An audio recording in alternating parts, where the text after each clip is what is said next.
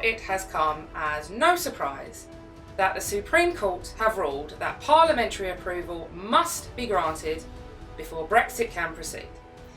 In a recent landmark case, the UK government appealed to proceed with negotiations for the removal of Britain from the European Union by invoking Article 50. This appeal came after what can only be described as a left-wing traitor, Gina Miller, filed proceedings to halt Brexit. I'm sure I don't need to tell you all my feelings about this treacherous hag, and I know for a fact that many of you feel the same way. It is the likes of Gina Miller that have led our country into the sorry state it has become, with mass immigration and political correctness undermining our freedom.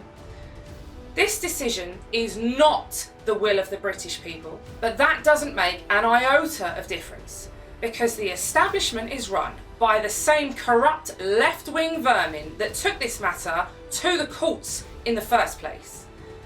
The fact is that the EU referendum was no more than a social experiment by the establishment. It was their way of letting the little insignificant people of Britain, the likes of you and I, feel as though we actually have a say in what happens to our country.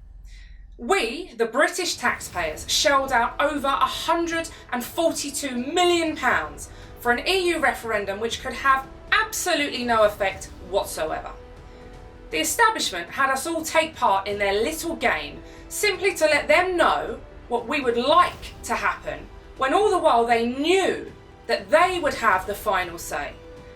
It should come as no surprise, given that we have an unelected Prime Minister who was pro-Remain, currently taking our country through this transition of exiting the EU. Once again, the establishment have flexed their muscles and shown that the will of the British people really doesn't mean squat to them. So now, the decision lies with a bunch of corrupt, self-serving politicians who care more about stuffing their pockets with ill-gotten gains than looking after the interests of their own people.